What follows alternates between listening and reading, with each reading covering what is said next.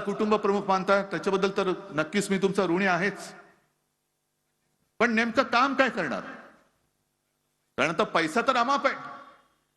बरं, गेले 75 वर्ष काँग्रेसने देशाला लुटलं. वर्षाताई मला माहित नाही, वर्षाताई तू किती, वर्षाताई आणि वर्षाताईचे वडील किती वर्ष काँग्रेसमध्ये आहेत, त्याच्यामुळे काँग्रेसने देशाला किती लुटलं आपण हिशोब काढूया.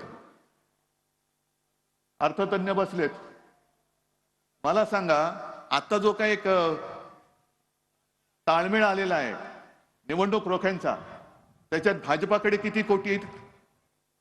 8,000 कोटी. आणि काँग्रेसकडे किती आहेत? 800 कोटी. मग कोणी देशाला लुटला?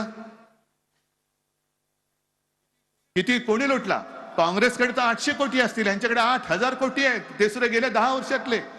म्हणजे जे काँग्रेसला 70 वर्षात जमलं नाही ते आम्ही करून दाखवलं. हे मोदी बोलतात हे एकमेव सत्य आहे की जे काँग्रेसला पैसे जमलं नाही ते भाजपने करून दाखवलं. 800 कोटी काँग्रेसने जमवले, यांनी 8,000 कोटी. आणि तरी काँग्रेसवरती आरोप करतायत यांनी देशाला लुटला. संपूर्ण एक असं वातावरण करायचं आणि ह्या पैशाचा वापर किंवा गैरवापर प्रचंड मोठ्या प्रमाणाची जाहिराती करून करायच्या.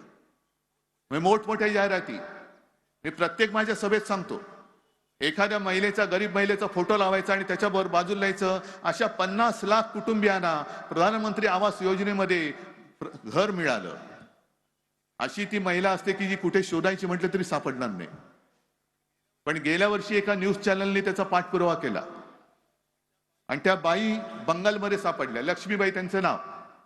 मग त्यांच्या घरी गेल्या, मोठ्या एका पेपरमध्ये फुल पेज जाहिरात आलेली. त्या लक्ष्मीबाईंचा फोटो, मोदीजींचा फोटो, आणि गेल्या वर्षी असं लिहिलं होतं की असं जवळपास 24 लाख कुटुंबियांना मोदीजींनी छप्पर दिलं. मग त्या वार्ताहर बाई होत्या, त्या घरी गेल्या शोधत आणि मग त्यांनी विचारलं की आपका नाम लक्ष्मीबाई है? हाँ. आपकी तस्वीर आई है? हाँ. कुछ लोगों ने मुझे सुबह उठा तो मुझे पता चला, कुछ लोगों ने कहा कि आपकी फोटो आई है. तो ये फोटो कब ली? तो हमें पता नहीं ये कब ली. तो आपको क्या घर मिला?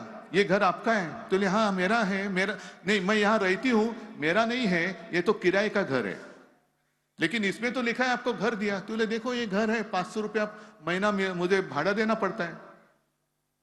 मग त्या बाईने सांगितलं की कुठेतरी त्या कामाला गेल्या होत्या, तिकडे बहुतेक हा फोटो काढला असेल.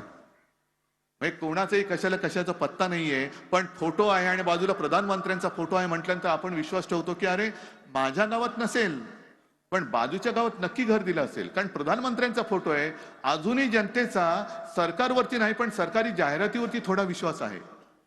आणि इकडेच आपण फसतो. उज्ज्वला योजना, एवढ्या लाख लोकांना आम्ही गॅस सिलेंडर दिला, एवढ्या कोटी लोकांना आम्ही रोजगार दिला. कुठे आहे, कुठे रोजगार कुठे आहे?